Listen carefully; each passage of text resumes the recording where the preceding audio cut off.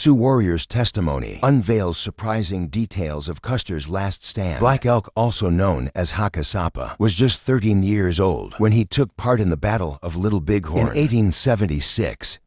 As a young Sioux boy, he bravely scalped a soldier during the battle, witnessing firsthand the bravery and chaos that unfolded. Black Elk was the second cousin of the renowned Crazy Horse, who played a significant role in the battle, giving him a unique perspective on the events. He observed the intensity of the fighting as the Lakota, Cheyenne, and Arapaho warriors stood against the 7th Cavalry Regiment, led by Lieutenant Colonel George Armstrong Custer. Black Elk's eyewitness account offers valuable insights into one of the most crucial moments in American history. But before we dive into his story, don't forget to like and subscribe to our channel to help support our community. No white man survived the skirmish with Custer, a battle that ended swiftly under the broad daylight. Crazy Horse, our steadfast leader, had already defeated General Crook's forces on the Rosebud that day. He could have wiped out the soldiers entirely if he had called upon more warriors from our villages to set an ambush at dawn as they camped in the dark. After their defeat, he had previously driven back the cavalry that attacked our village on the Powder River during a freezing March morning, in the moon of the snow blind. From there he moved west to the Rosebud, where he repelled the soldiers who came to attack us, and finally to the Valley of the Greasy Grass, our ancestral homeland, where we sought only to be left in peace. 2 days before the battle, we set up camp in the valley, along the south side of the Greasy Grass. Just before the sun reached its peak, our village was vast, with countless teepees stretching out across the land. Upstream to the south were the Hunkpapas, followed by the Egleys, the Minnecongas, the Snarks, the Blackfeet, and the Chehilas, with the Sandus and Yanktonai farthest to the north. To the east the Greasy Grass flowed, swollen with snow melt from the Bighorn Mountains, with timber lining its banks. From a hill one could see the mountains to the south, and west hills and bluffs rose across the river, with gullies cutting through the cliffs. To the west were lower hills, where we grazed and guarded our ponies, which were too many to count. A warrior named Rattling Hawk had been shot in the hip during the battle on the Rosebud, but was healed by a medicine man named Harry Chin. The day before the battle, I had anointed myself and was about to swim with some boys when Harry Chin called me to Rattling Hawk's teepee. Needing my help, 5 other boys were already there, and he needed us to take on the guise of bears in the curing ceremony, as his power came from a dream of the bear. He painted my body and face yellow with black stripes on either side of my nose, tied my hair to look like barriers, and adorned my head with eagle feathers. As he did this, I remembered my vision and felt suddenly lifted off the ground. In that moment I understood more than I could express, and felt certain that some great misfortune was coming our way. I was filled with dread. The other boys were painted entirely in red, with real barriers on their heads. Harry Chin, dressed in a real bear hide, began singing at the doorway. The sacred herbs are rejoicing. 2 women entered, standing on either side of the injured warrior, one holding a cup of water, the other holding some kind of herb. As I looked at the cup, I tried to see if it contained the entire sky, as it had in my vision, but I couldn't tell. As the plant and cup were offered to Rattling Hawk, Harry Chin continued to chant. Then they gave him a red cane, and he stood up immediately. The injured warrior, leaning on the sacred red stick, followed the women out of the teepee. We boys, pretending to be little bears, danced around him, growling as we did so. Feathers of different colors stuck out from our mouths as we performed the ritual. Then Harry Chin came out on all fours, looking very much like a bear to me. Rattling Hawk's walking improved, and though he couldn't fight the next day, he recovered soon after. We boys went swimming to wash off the paint from our bodies. After the ceremony, when we returned, the villagers were dancing and telling stories of bravery from the battle with 3 stars on the Rosebud. We were tasked with bringing the ponies closer to the village as dusk approached. By the time we finished, night had fallen, and the villagers continued to dance around fires, their celebrations unending. We wandered from one dance to another until we could no longer stay awake. At dawn my father woke me, telling me to help him graze our horses, As we did, he warned me to put a long rope on one of the horses, so we could easily catch it and secure the others. He stressed the importance of being watchful, urging me to keep an eye on the camp and return the horses quickly if trouble arose. Several of us boys tended to our horses together until the sun reached its peak, and the heat became unbearable. We decided to cool off in the water, and my cousin offered to stay with the horses until we returned. As I anointed myself with grease, I felt a strange sense of unease, as if something terrible was about to happen.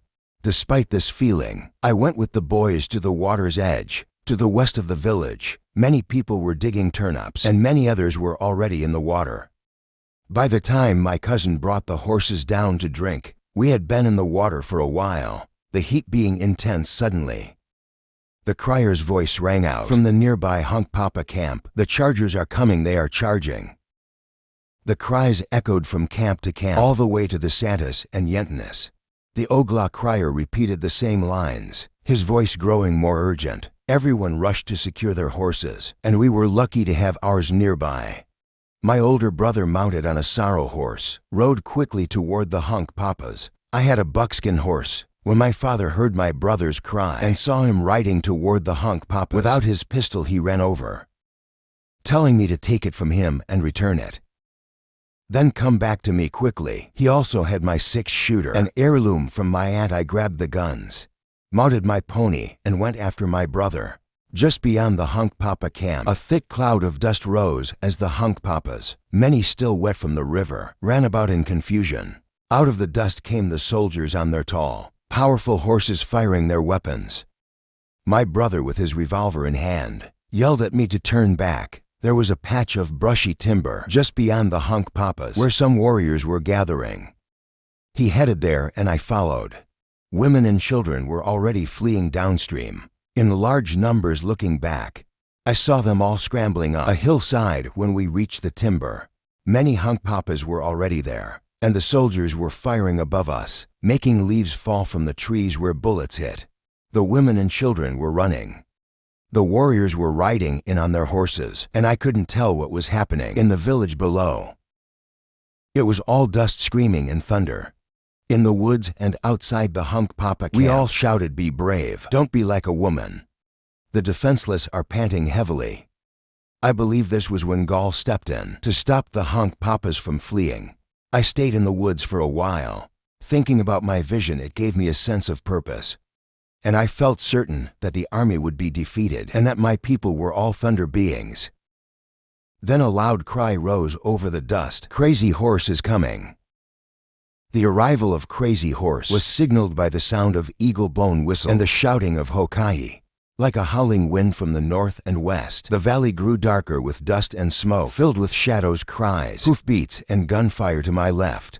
I could hear the soldiers' horses with their iron-shod hooves retreating into the brush, with shooting breaking out everywhere. The horses eventually broke through the undergrowth, and I was surrounded by a whirlwind of activity, as men and horses moved in and out of the area, heading upstream while shouting, "Hurry! Move quickly!" We were all mixed together in the noise and darkness as the troops ran upstream. I didn't see much, but I did witness a Lakota warrior charging at a soldier who stayed behind and fought bravely. The Lakota grabbed the soldier's horse by the bridle, but the soldier shot him with a revolver. Being small, I couldn't push through to where the soldiers were, so I didn't kill anyone. Everything was dark and confusing, and there were too many people in front of me. Soon the soldiers and many Lakotas were all packed into the river, and I was in the water for a while. Men and horses were tangled up and fighting in the river, making it seem like hail was falling.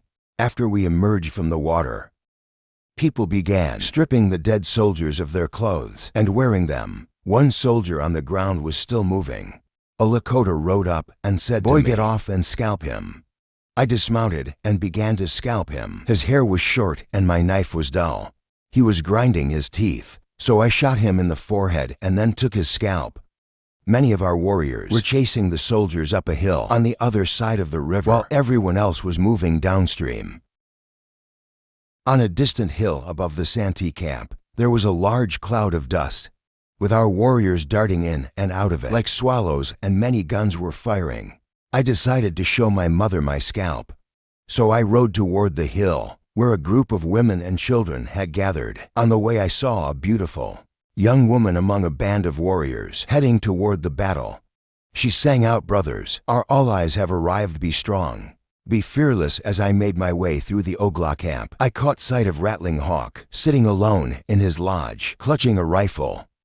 He was singing a sorrowful tune. "What can you do, brothers, that I cannot achieve?"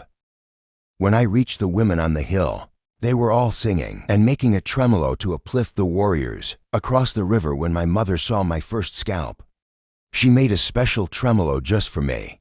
I stayed with my mother for a while, watching the dust clouds swirling on the hill. Across the river, horses emerged from the dust with empty saddles. After showing my scalp to my mother, I lingered with the women as they continued to tremolo and sing. The thick dust from the battle made it hard to see, but we knew the soldiers were being defeated. Many boys around my age, some even younger, were there with their mothers and sisters, and they asked me to join them in the battle.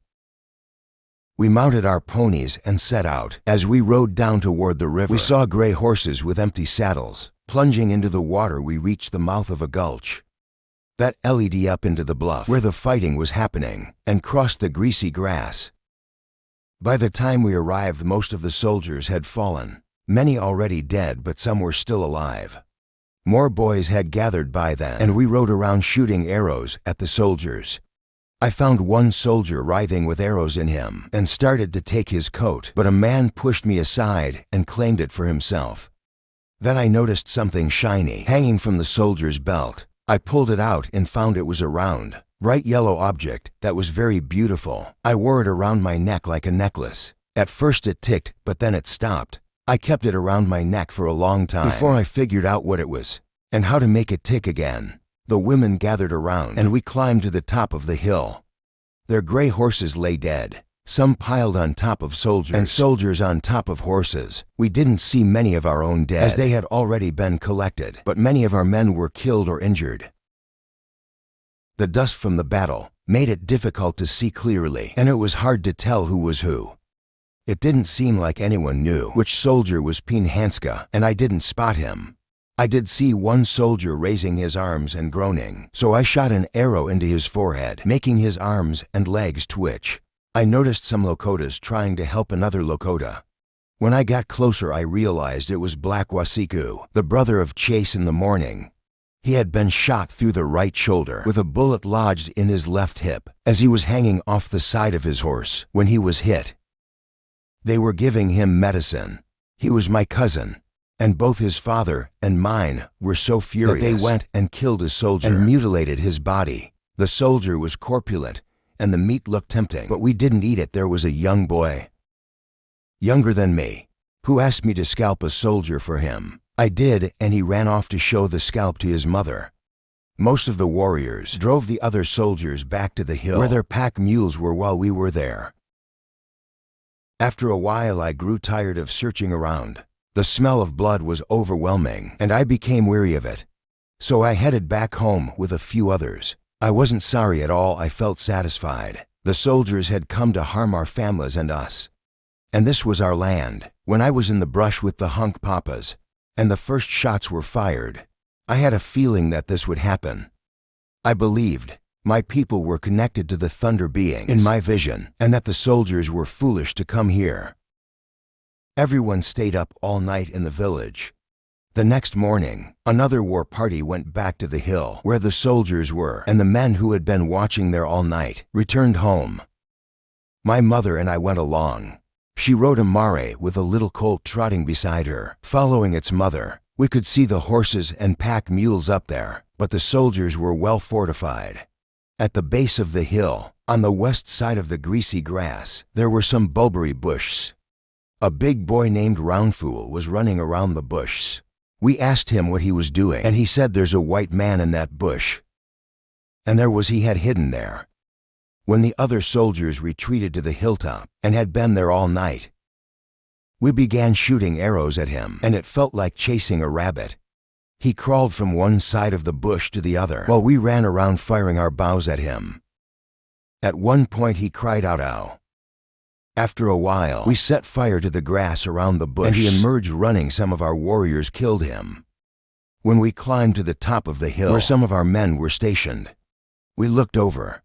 We couldn't see the soldiers lying in their defenses, but we could see the horses and pack mules, many of which were dead. When we went back down and crossed the river again, some soldiers fired at us, hitting the water. It was nearly dusk when my mother and I returned to the camp on swift horseback. By then, our scouts had reported that more soldiers were approaching up the stream, so we decided to break camp.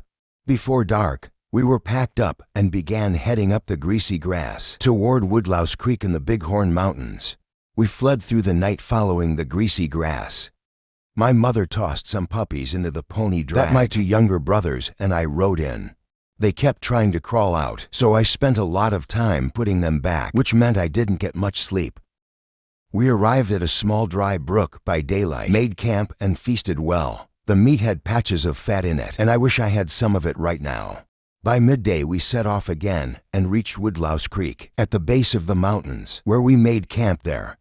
3 bears. A man with grievous wounds went into convulsions and kept repeating, "Jenny, Jenny," though I didn't understand what he meant. He eventually died, and we called that place the camp where Jenny died. That evening, everyone became agitated and started shouting, "The soldiers are coming!" I looked over and saw what seemed like troops coming our way, but it turned out to be some of our own men, dressed in soldiers' uniforms. They were just having some fun. The scouts reported that the soldiers hadn't followed us and that everything was safe. Now throughout the camp there were large fires and kill dances going on all night. I hope this first-hand account gives you a new perspective on the Battle of Little Bighorn and the Great Sioux War of 1876. Stay tuned for more videos like this. I hope to bring you more first-hand accounts of different battles. So have a great day, and I'll see you next time.